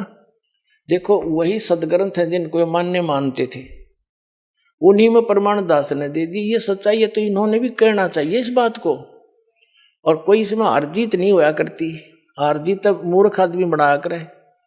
हम परमात्मा के बच्चे हैं, सारे कष्ट पा रहे हैं यहाँ पर, और इनका बहुत बड़ा उपकार हो जाएगा जब अपने मुंह से जल्दी कह देंगे ना, तो सब समझ जाएंगे वे सचमुच सच्ची कहे हो। क्योंकि कुछ एक संतों ने तो ये कह दिया है कि रामपाल की पुस्तक नहीं पढ़ना, रामपाल का सत्संग नहीं देखना। तो क्या वो मित्र है उनके? वो तो दुश्मन है। सबका सुनो सत्संग और कंपेयर करो, सबके साथ तुलना करो, तो संत नहीं है। जैसे ईसा मसीह जी ने कहा था कि ये तुम्हारे जो गुरु हैं ये तुम्हें बहुत अच्छे लगते हैं, बड़े शरीफ दिखाई देते हैं, पर ये तुम्हारे दुश्मन हैं। ये भेड़ नहीं, ये भेड़िए हैं। तुम इनको भेड़ समझते हो, ये भेड़िए हैं, तुम्हारे जीवन का नाश कर रहे हैं। हरी नहीं बात, उसको क्रश करवा दिया था। वो उपकारी आदमी था, और उन दुष्टों ने अपना, क्यों उसमें शिक्षा थी को नहीं, राजाओं को बका दिया, प्रजा को बका दिया, और उस महापुरुष को क्रश करवा दिया, उस महापुरुष को। और वही तरीका दास के साथ अपनाया था करुत्था कांड कराने के लिए। लेकिन अब मालिक का साथ था हमारे, और उसका वचन था, प्रमाण हमारे साथ थे, सीडी हमने बनाकर समाज में भेज रखी थी। तो वही काम दास के साथ करना था। करुत्था कांड झूठ झाट बोल कर, अफवाह फैला के, इतना अफवाह फैला दी जब समाज में, मुझे मारने के लिए, कि इसको मार भी देंगे तो जनता न्यों कहेगी ठीक हो गया, निकम्मा आदमी था, मारना चाहिए था। उसी उद्देश्य से उन्होंने फिर आक्रमण किया क्रोथा आश्रम पर। इस मुख्यमंत्री हरियाणा के भूपेंद्र सिंह हुड्डा के कहने से, क्योंकि ये भी आर्य समाजी है और महर्षि दयानंद की पोल खोल दी, मैंने वेदों से तुलना कर दी उनके सत्यार्थ प्रकाश की, और इतना ही कहा था भाई आप इसको सत्यार्थ प्रकाश महर्षि दयानंद का लिखा हुआ मानते ही हो, और ये महर्षि दयानंद कहता है कि वेद सत्य है, वेदों में जो लिखा है वो मुझे मान्य है, और इसके अतिरिक्त मैं किसी की बात को स्वीकार नहीं करता। तो वेदों से तुलना कर दी कि महर्षि दयानंद कह रहा है कि परमात्मा पाप नाश नहीं कर सकता। ये दुर्वेद अध्याय नंबर 8 के श्लोक नंबर 13 में स्पष्ट किया है कि परमात्मा घोर पाप भी नाश कर दे साधक के। फिर वो भगवान के साथ जो पाप है नाश नहीं कर सकता, वो साबुन के साथ जो मैल नाश नहीं कर सकता, फिर साबुन भी क्यों कहते हैं उसको। ऐसे उसके ढेर सारे प्रमाण वेदों से ही कैंसिल कर दिया। ये कति फ्यूज हो गया। इन आचार्यों ने पता चला कि ईब तुम्हारी रोजी रोटी जावेगी, जय हमारे अनुयायियों को पता लग गया। इसलिए इन्होंने उनकी जनता का दिमाग बदलने के लिए मेरे को बदनाम करा, छक्के इतना बदनाम कर दिया कि घर के भी नफरत कर दिया आदमी थे, जो इतनी भी झूठ होती हमारे अंदर। लेकिन आज वही रामपाल है, शिखर में जाएगा यो ज्ञान। हाँ, पता लग जाए सबको। दर्शकों, एक तरफ तो अनिरुद्धाचार्य जी जैसे कथावाचक हैं जिन्हें कथा करने का अधिकार तो है नहीं, और महिमा की भूख में कथा कर रहे हैं जिनका एक अक्षर भी गीता, वेद, पुराणों से मेल नहीं खाता, यानी जिनका सारा का सारा ज्ञान गलत है। और अनिरुद्धाचार्य जी अपने स्वार्थ और प्रभुता की भूख में लाखों करोड़ों लोगों के मनुष्य जीवन को नष्ट कर रहे हैं और आज भी मानने को तैयार नहीं। दूसरी तरफ देखिए, रीवा मध्य प्रदेश के रहने वाले पूर्व कथावाचक रमाकांत मिश्रा उर्फ गुरु बाबा जी को इनके 10,000 से अधिक शिष्य थे तथा इनकी पूरे रीवा संभाग में प्रसिद्ध थी, महिमा थी, शोहरत थी। लेकिन जिस दिन इनको पता लगा कि मैं कथा करने का अधिकारी नहीं हूं और अनधिकारी होकर कथा करने से मैं पाप का भागी बन रहा हूं, मेरा भी जीवन नष्ट और मेरे शिष्यों का भी जीवन नष्ट हो जाएगा, उसी दिन से अपना मार्ग बदल लिया और अपने शिष्यों को भी बता दिया कि सतलोक आश्रम में जाकर संत रामपाल जी महाराज से नाम ले लो। वे तत्वदर्शी संत हैं जो गीता, वेद, पुराणों से प्रमाणित शास्त्र अनुकूल ज्ञान बता रहे हैं। ये होते हैं परमात्मा से डरने वाले संत, साधु। तो दर्शकों, हमारा उद्देश्य किसी की मानहानि करना नहीं है, किसी की भावनाओं को ठेस पहुंचाना नहीं है, किसी की प्रतिष्ठा को हानि करना नहीं है, पर सच्चाई बताना है और मनुष्य जीवन की रक्षा करना, सतमार्ग देना है, जो संत रामपाल जी महाराज ने शास्त्र अनुकूल साधना बताई है। अब सुनिए पूर्व कथावाचक रमाकांत मिश्रा उर्फ गुरु बाबा जी का अनुभव। नमस्कार जी। नमस्कार जी। सर क्या नाम है आपका? मेरा नाम रमाकांत मिश्रा, गुरु बाबा नाम है मेरा। लोग मुझे मेरे नाम से तो नहीं जानते हैं, गुरु बाबा के ही से नाम से जानते हैं, इसलिए कि मैं उस क्षेत्र का ही गुरु बाबा हूँ। और साथ में हम लोग पुश्तैनी गुरु बाबा हैं। हम लोग कथावाचक भर नहीं हैं, गुरु बाबा भी हैं जो लोगों को नाम दीक्षा देते हैं। और हमारे पुश्तैनी पता नहीं कितने पुश्तों से जो है तो ये गुरु का काम चल रहा है और लोग गुरु बन करके लोगों को नाम उपदेश कर रहे हैं। और हमारे पूर्वज बाबा लोग भी करते आए हैं और हम लोगों की पीढ़ी भी यही काम कर रही है। और हम लोग जो है तो चूँकि गुरु दीक्षा देते हैं इसलिए हम लोगों का नाम गुरु बाबा भी है। और रमाकांत मिश्रा के साथ में जब आप गुरु बाबा लगाएंगे तभी लोग हमारे बारे में जानेंगे कि गुरु बाबा बोल रहे हैं, इसलिए कि नाम लोग कम जानते हैं, गुरु बाबा के नाम से पूरा संभाग जानता है। तो सर आपने जैसा संभाग का जिक्र किया तो आप किस संभाग से हैं और कहाँ से, आपका निवास कहाँ से है सर? मेरा मूल निवास तो मैं उत्तर प्रदेश का प्रतापगढ़ का रहने वाला हूँ, पर सन 1980 में हम लोग रीवा जिले में आ गए थे और रीवा संभाग में ही जो है तो रीवा शहर के पास में ही एक यूनिवर्सिटी रोड में जो है तो ग्राम सगरा है, उस सगरा में जो है तो मेरा निवास है। सन 80 से मैं वहीं पर रह गया और वहीं पर रह करके गुरुआना का काम करता था। हमारे चेला लोग जो है पूरे संभाग में हैं, रीवा में है, सीधी में है, सतना में है, शहडोल में है, आपके पन्ना, छतरपुर, देवेंद्र नगर, इधर नागौद इत्यादि जगहों में जो है तो हमारे शिष्य हैं, और उन शिष्यों को हम लोग जो है पुश्तैनी कथा सुनाते हैं, और श्रीमद् भागवत महापुराण, उसके साथ में वाल्मीकि रामायण और शिव पुराण, श्रीमद् देवी भागवत महापुराण, जो भी कथा 18 पुराणों में वो सुनना चाहते हैं उनको वो कथा हम लोग सुनाया करते हैं। जी, तो जैसा कि आपने कथावाचक का जिक्र किया, तो आप कितनी पीढ़ी से आपकी ये कथावाचक थी आपकी? हम लोगों को याद नहीं है कितनी पीढ़ी से है, लेकिन लगभग कम से कम 100-200 पीढ़ी से हम लोग गुरु बाबा हैं। और 100-200 पीढ़ी से जो है तो जहाँ तक हमको याद है, जैसे कि लोग हमारे बताते हैं, हम लोगों की अनेकों पुस्तों से, पता नहीं कितनी पुस्तों से ये गुरु बाबा का जो है तो कार्य कर रहे हैं लोग, और उत्तर प्रदेश से आकर के जो है तो यहाँ पर गुरु बाबा का काम करते थे और कथा बाँचते थे, सुनाते थे। जी, तो सर जो आप कथा का जिक्र किए, तो आप कथा जो करते थे तो आप इष्ट रूप में किसे मानते थे सर? देखिए, प्रथम दृष्टया मैं आपको एक बात बता दूं कि मैं 12 वर्ष की उम्र से कथा श्रीमद् भागवत महापुराण की कहना शुरू किया, और प्रथम श्रीमद् भागवत की कथा मैंने राम जानकी मंदिर में राम जानकी जी को सुनाया। इसके बाद फिर मैं इंसानों को कथा सुनाना शुरू किया। 12 वर्ष की उम्र में कथा सुनाने के बाद इसके बाद जो है तो 14 वर्ष की उम्र में मैं फिर शिष्यों को कथा कहना शुरू किया। 14 वर्ष की उम्र में जब मैं कथा कहना शुरू किया तो चूँकि मैं गुरु बाबा था, चूँकि पुश्तैनी वो स्पिरिचुअल वाइब्रेशन था, पुश्तैनी जो है तो आध्यात्मिक एक हृदय में जीवन पैदा हुआ था। उस समय में हमारे मन में ये आया कि साधना भी करें, तो उस समय में तंत्र साधना का बहुत ज़्यादा प्रयोग होता था। तो मैं आसाम में गुवाहाटी ज़िले में कामाख्या मंदिर है, वहाँ कामाख्या मंदिर में 14 वर्ष की उम्र में गया, और कामाख्या मंदिर में जा कर के वहाँ कामाख्या के जो सबसे बड़े गुरु हैं तारादत्त भट्टाचार्य जी, मैं उनका जो है सबसे छोटा शिष्य बना, और 3.5 साल वहाँ जो है मैंने गुफा में रह करके तंत्र साधना किया, और शाक्त उपदेश लेकर के जब तंत्र साधना मेरी पूरी हुई, इसके बाद मैं जो है तो श्मशान साधना में प्रवेश किया। और जब अघोर साधना में मैं प्रवेश किया तो श्मशान साधना के हमारे जो गुरु थे, अघोर साधना के गुरु थे लक्कड़ बाबा दशनामी अघोरी, उन्होंने कामाख्या में ही मुझे जो है शाक्त के बाद, तंत्र दीक्षा के बाद अघोर साधना उन्होंने मुझे दिया, और मैं वहाँ पर जो है तो अघोर साधना किया तारापीठ में।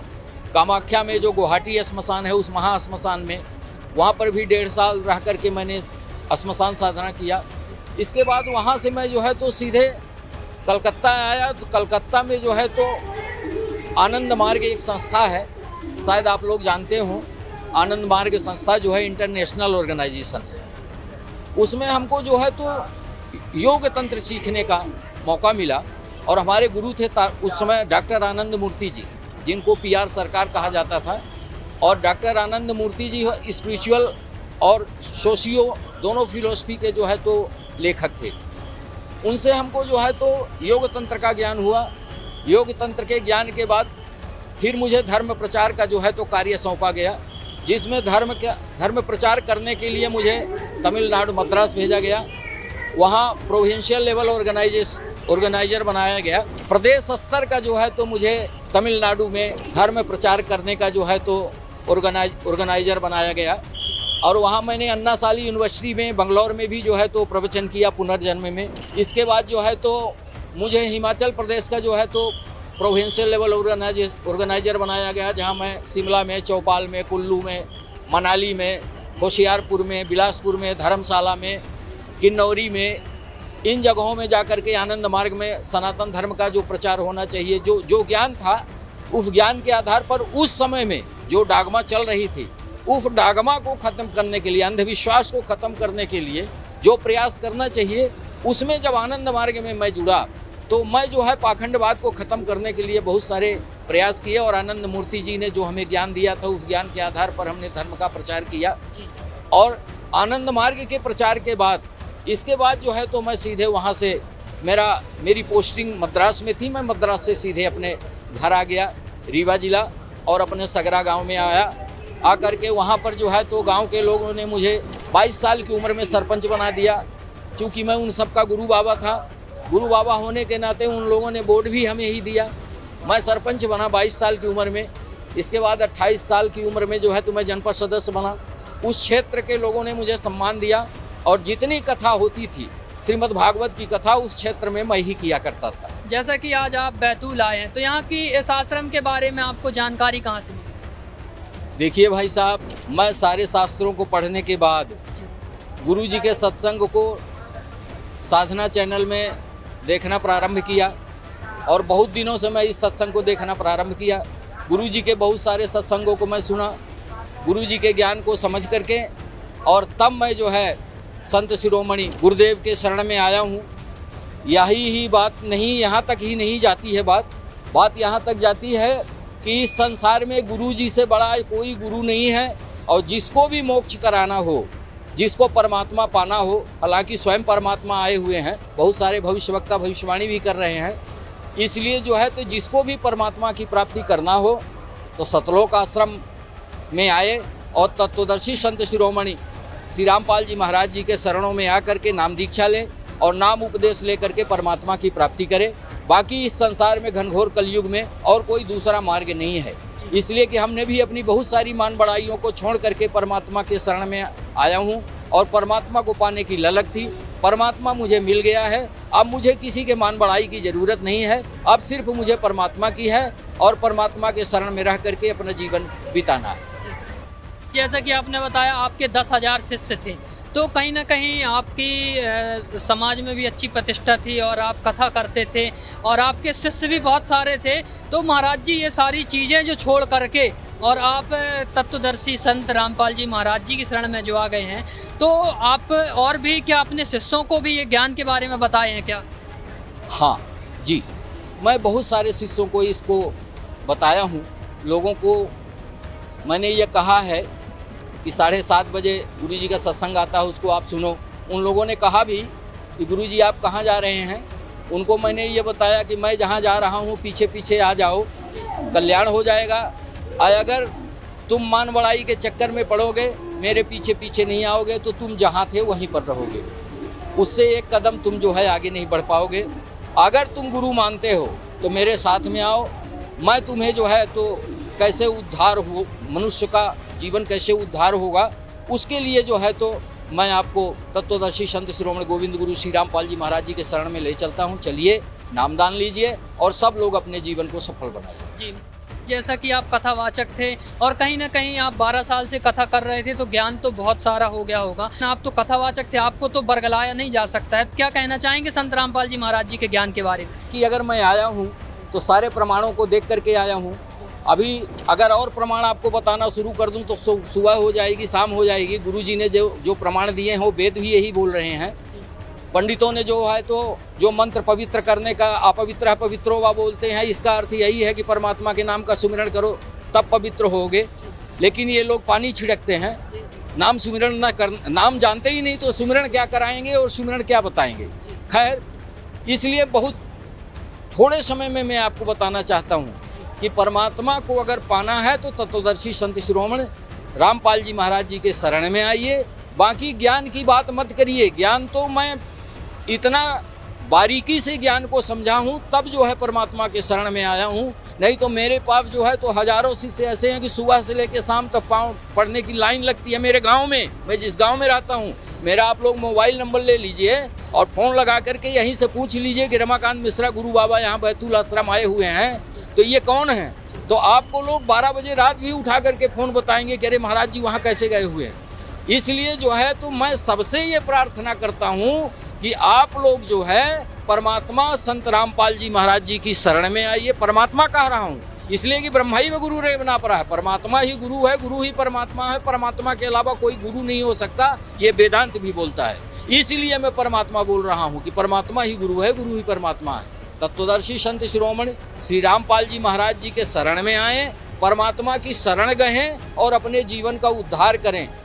मुझे तो भाई भगवान मिल गया है, तो मैं तो भाई भगवान को पकड़ लिया हूँ, भगवान के शरण में आ गया हूँ, मेरा तो उद्धार हो गया। जी, हमने बहुत सारे संतों के द्वारा जो कहना चाहिए कि फेसबुक और यूट्यूब वगैरह में डालते हैं कि संत रामपाल जी महाराज जी को संस्कृत नहीं आती, वो अनुवाद क्या खाक करेंगे। तो महाराज जी आप तो कथावाचक थे, क्या कहना चाहेंगे ऐसे गुरुओं को? मैं शंकराचार्य को खुद ये कहना चाहता हूँ, चाहे अग्नि अखाड़े का शंकराचार्य हो, चाहे जूना अखाड़े के शंकराचार्य हों, चाहे आवाहन अखाड़े के शंकराचार्य हों, सभी शंकराचार्यों को मैं ये कहना चाहता हूँ कि वेद के मंत्रों का पूर्ण रूप से अध्ययन करें और अध्ययन करने के बाद ये देखें कि वेद के मंत्र क्या कह रहे हैं।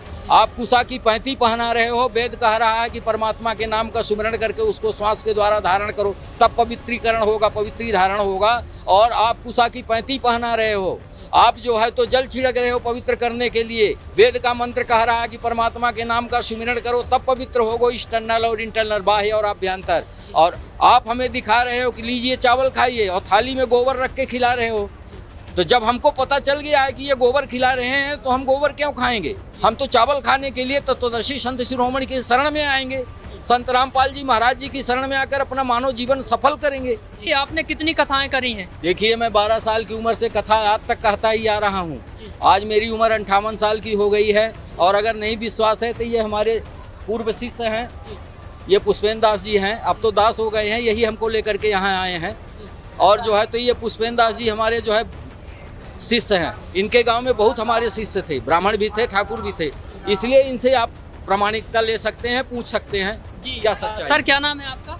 सर मेरा नाम पुष्पेंद्र दास है। तो पुष्पेंद्र जी, ये आपके कभी गुरु हुआ करते थे क्या? जी सर, हमारे यहाँ ये जो आज सतलोक आश्रम बैतूल में समागम में आए हैं, ये सन 2012 में हमारे यहाँ पिताजी ने श्रीमद् भागवत कथा करी थी, इन्होंने कथावाचक का इन्होंने भूमिका की थी।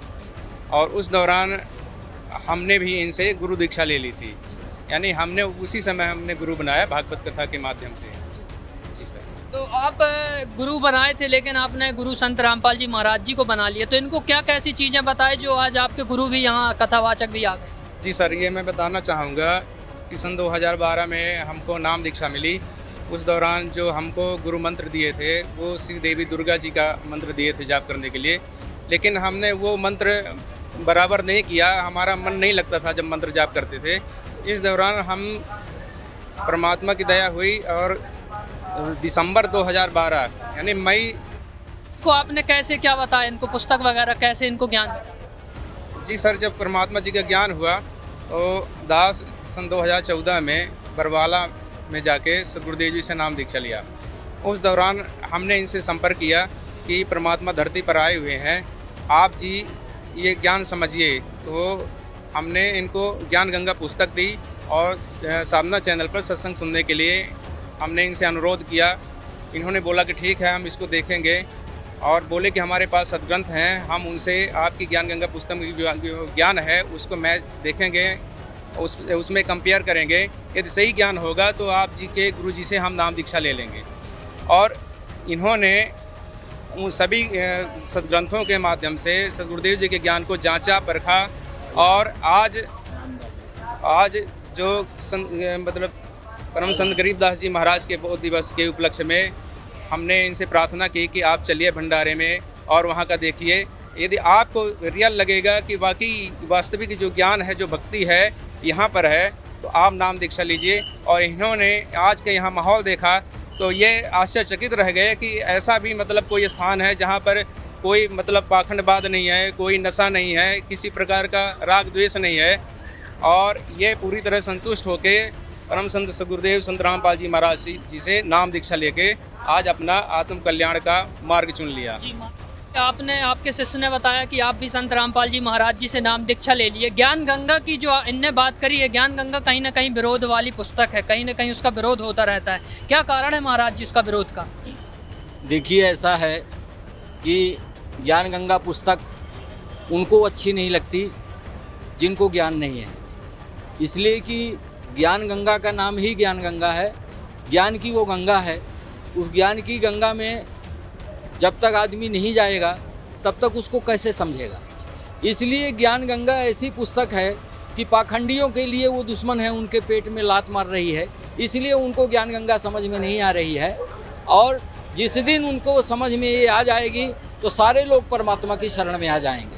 और जब तक उनको पढ़ना है नहीं, क्योंकि उनको पेट चलाने का मात्र एक ही मार्ग है, इसलिए जो है वो अपने मार्ग को नहीं छोड़ पा रहे हैं, वो पाखंडी लोग हैं।